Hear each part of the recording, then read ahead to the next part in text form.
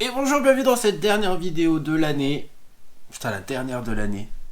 Genre après ça, on sera en 2021 quoi. Go!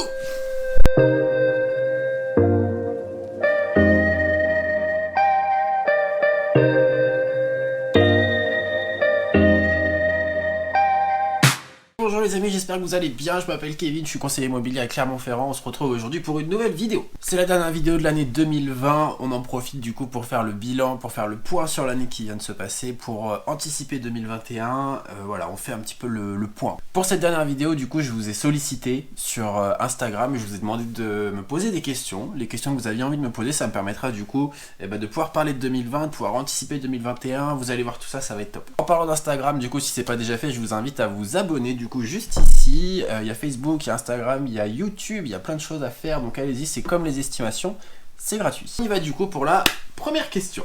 Question d'Olivier du coup qui nous suit depuis quelques semaines et qui demande qui es-tu, ton parcours, tes projets. Il a bien raison de poser la question Olivier puisque du coup vous êtes de plus en plus nombreux à me suivre et vraiment merci encore une fois, je vous dis merci à chaque vidéo mais vraiment merci beaucoup. Et c'est vrai que du coup il n'a pas la vue d'avant donc on va lui expliquer. Donc Olivier, je m'appelle Kevin Garcia, du coup je suis conseiller immobilier, j'ai 28 ans et je travaille du coup sur Clermont-Ferrand et agglomération. Pour t'expliquer mon parcours, ça va être compliqué. Non en fait mon parcours, alors j'ai fait une école de commerce avec une spécialisation en marketing digital où j'étais à Lyon et j'ai fait du coup ce cursus en alternance, donc 2 jours à l'école, 3 jours en entreprise et je travaillais du coup à cette époque-là chez Guy & Son qui est une chaîne de restaurants assez connue à Clermont-Ferrand et j'avais le poste du coup de responsable de la communication digitale et de la relation client sur internet. C'était hyper intéressant, je pense que c'est là où j'ai le plus appris et même encore aujourd'hui je garde de bons contacts avec le Guy, donc vraiment je pense que c'est la période où j'ai le plus appris au niveau professionnel. Après mes études, du coup, j'ai voulu intégrer une grosse boîte, donc je suis parti en région parisienne travailler dans la banque où j'étais conseiller pour les particuliers.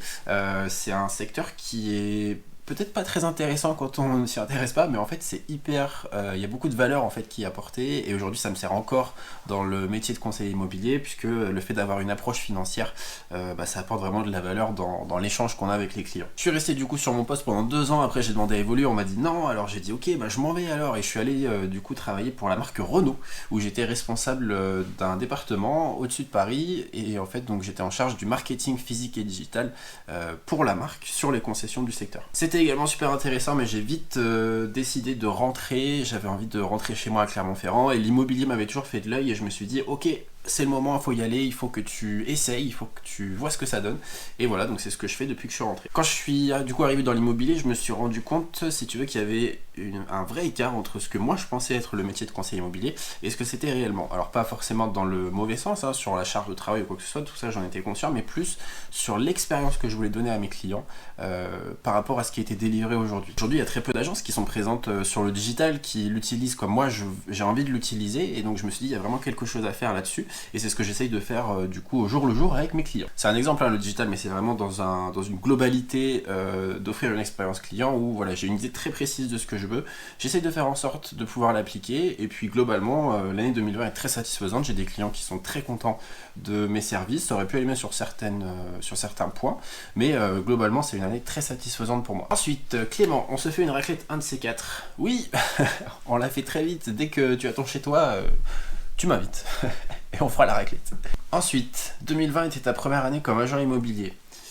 Oui, c'était ma première année comme agent, donc j'ai pas forcément choisi la meilleure année pour démarrer, mais du coup ça m'a quand même conforté dans certaines idées, notamment dans celle de mon projet de devenir agent immobilier. Moi je vois vraiment 2020 comme une année où ça a été vraiment un révélateur des projets des personnes et ça a été un accélérateur en fait de ces projets.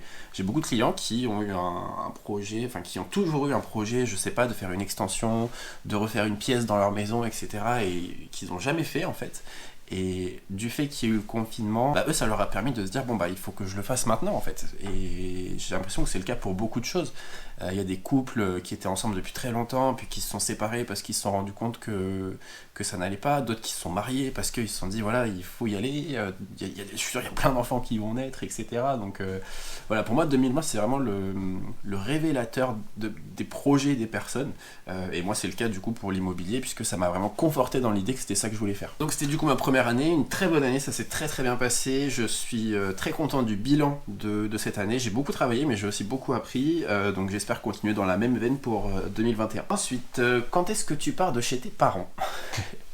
C'est une question intéressante. Le métier d'agent immobilier, c'est un métier qui demande beaucoup d'investissement en termes de temps, mais il y a aussi un roulement à effectuer, puisque une vente qu'on accompagne sur un certain mois, on va être rémunéré sur cette prestation que 3 mois après.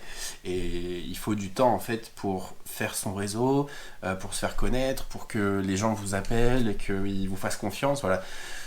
Ce temps-là, moi j'en ai besoin aujourd'hui. J'ai besoin du coup de me consacrer pleinement à mon activité professionnelle, le temps que ça démarre. Et aujourd'hui, je suis accompagné ici avec mes parents, donc ça me permet de pouvoir me concentrer complètement là-dessus. Et voilà, j'en profite du coup vraiment pour remercier mes parents parce qu'ils sont vraiment... ils sont là tout le temps, ils sont là pour m'aider, pour me supporter, pour être là aussi quand ça va pas. Donc aujourd'hui, j'ai besoin d'avoir cet équilibre-là. Après, oui, il y a un moment où je vais partir. Je pense que ça va arriver. Quand est-ce que ça arrivera? Je sais pas. Je pense que c'est vraiment... moi, j'ai envie de racheter. J'ai envie d'être de nouveaux propriétaires. Et je pense que ça arrivera le jour où je trouverai un appartement qui me plaît, où j'ai envie de m'installer, où voilà, je vois quelque chose qui m'intéresse, où je me positionnerai.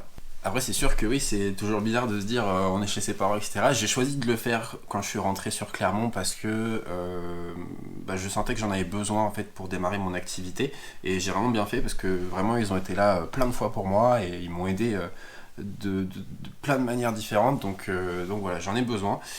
Mais effectivement, il y a un moment où je vais devoir partir.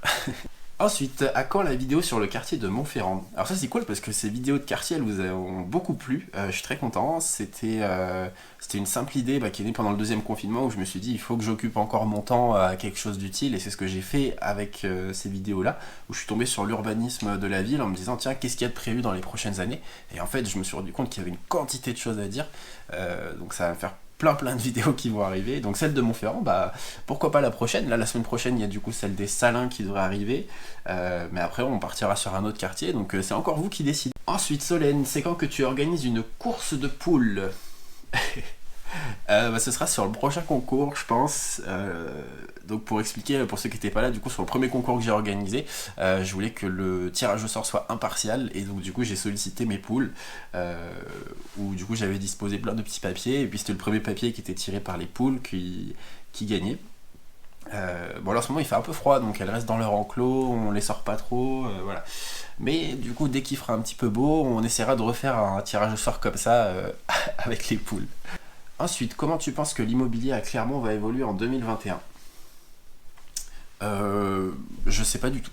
Je sais pas du tout et je pense que celui qui sait, il ment. J'avais fait une vidéo là-dessus où on se demandait si l'immobilier allait exploser ou non dans les prochaines années. Je maintiens mon idée sur le fait que les prix vont possiblement baisser, les prix de l'immobilier, parce qu'on s'est beaucoup trop endetté au niveau national pour qu'il n'y ait pas de conséquences en fait sur notre vie de tous les jours. Je pense qu'il va y avoir une baisse d'acquéreurs moi dans les prochaines années, alors pas que à Clermont hein, globalement, je pense qu'il va y avoir de moins en moins d'acquéreurs qui vont pouvoir acheter. Ça du coup ça va créer une baisse de la demande et la baisse de la demande va créer du coup une baisse des prix, logiquement. Après voilà, on peut pas prévoir, il y a des choses qui se font, il y a l'assouplissement des conditions d'octroi de crédit qui passe de 25 à 27 ans et de 33 à 35%, donc voilà c'est des petites choses où peut-être que ça peut corriger le tir mais j'ai un doute là-dessus. Bref les amis, du coup je clôt pour ma part l'année 2020 en vous remerciant une nouvelle fois de me suivre. Merci d'avoir été là en 2020, j'espère que vous serez là en 2021. Moi j'ai prévu plein de choses dans la continuité de 2020, on va faire encore plus de choses, on va développer encore plus l'activité, développer encore plus ce qu'on fait sur les réseaux sociaux, j'espère qu'il y aura plein de concours, plein de nouvelles vidéos, etc. Ce qui est sûr, c'est que pour moi 2020 c'est que le début, on continue. À bientôt.